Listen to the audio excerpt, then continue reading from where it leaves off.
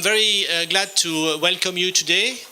I'm very glad also that we have such a diversity of people in this room, people from NGOs, from the business, from the research sectors, including, and I really would like to thank them for this, representative from governments, at least from the French and from the Indonesian governments, which is very good for us and for the dynamic of our workshop today.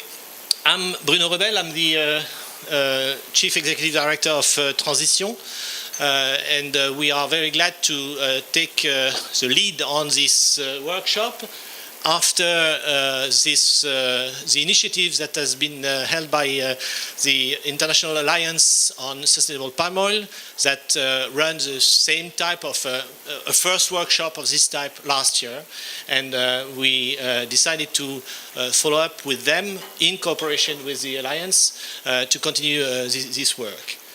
I would like to briefly explain you why a small consultancy like Transition decided to take the lead in this organization, and because you can wonder why.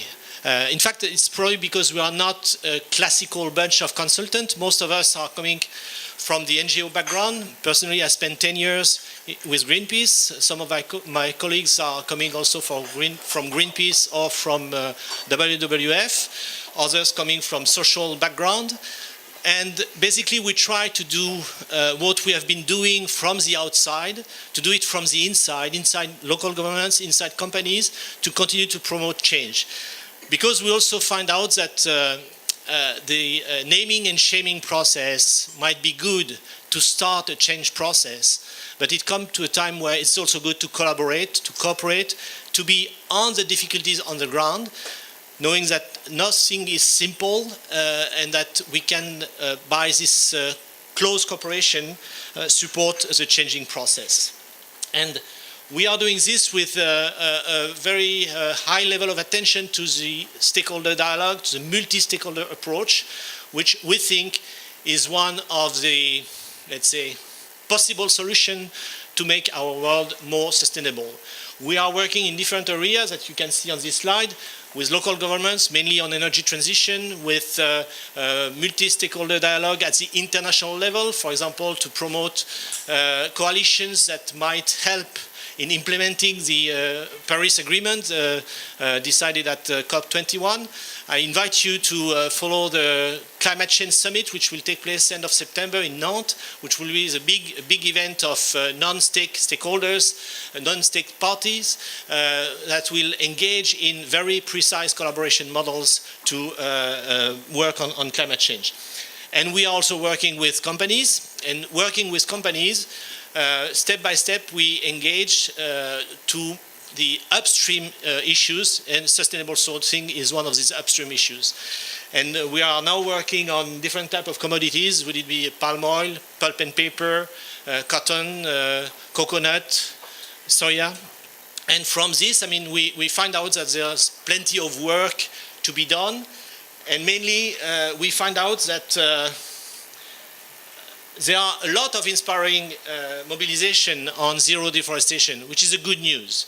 You see many companies now engage on zero deforestation all along their supply chain. You see initiatives gathering between public institutions and companies. I mean, the New York Declaration in 2014 was one of them. The Bonn Challenge is another one, where public and private try to partner to actually make it bigger in terms of fighting deforestation. We see an evolution of the certification mechanism. We continue to see, and this is good, important NGO campaigns to continue to push the less progressive industry and the less progressive government to move ahead. We see a lot of research, which is also very important because we are dealing with such a complex issue that unless we find the support of researchers, we will not succeed. And we see the development of robust monitoring systems more and more, which will help us getting a better understanding of where the results are in terms of fight against the deforestation. However, despite all this good news, the bad news is that the deforestation continued at an alarming trend rate. In the last 25 years, we have lost the equivalent of South Africa in terms of surface of tropical forests. You remember that once people were counting on football field, a football pitch, and now we are counting on country. Okay, not at the same rate, but still it's something.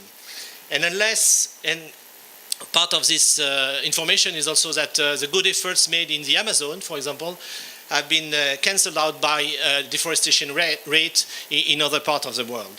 So there's still a lot to do, obviously.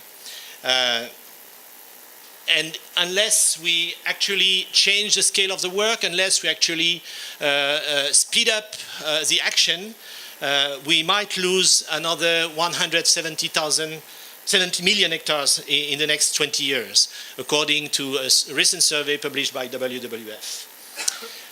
And again, I will insist on that. It's not a simple issue. I mean, it's so easy to name and shame, to say, well, this is the company which is responsible for that, and we know that media are quite good at this. We had a good example of this just before this session. But we know that it is far more complex. And if we want to actually make a real change, we will need to combine our strengths. Because what we don't want to see anymore is this type of picture. This is Indonesia, and you see in this picture everything that we must fight. Illegal logging on top of the hills, fires as slash and burn processes, plantation of acacia in that case for pulp, plantation of palm oil. I mean, this is a clear demonstration of the fact that unless we combine the approach of these different stakeholders, we will not succeed in fighting deforestation. Forest is a complex ecosystem suffering from many different sources.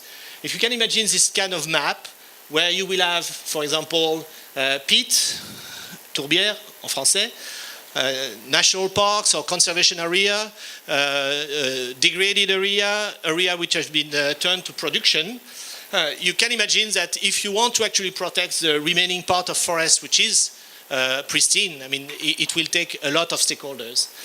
Concession, I mean, companies can work within the boundary of their concession or within the boundaries of the concession of their direct suppliers. It's what they are doing right now, for example, establishing zero deforestation moratorium. It works at the concession level, or at least partly, but it's a very good first step. But then they also have to take into account the forest communities which are living there. I don't want to put the onus or to put the responsibility on smallholders, but it's just to give us all together a sense of reality also there. Just in Indonesia, there are around 15 million smallholders. If you slash and burn 2 hectares, you can generate €200 per month of revenues, net revenues.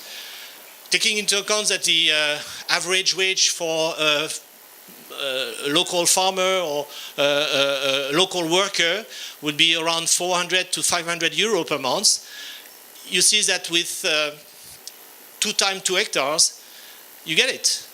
And it's so simple, technically, that obviously, I mean, it's a trend. I mean, it's a tendency that we have to help finding out alternatives.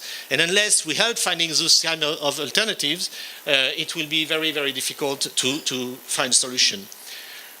And it's why we recommend, we argue, we propose to work on the landscape approach. The landscape approach meaning having a broader scale of addressing the issues and combining the work that companies can do, the work that NGOs can do, the work that governments must do also.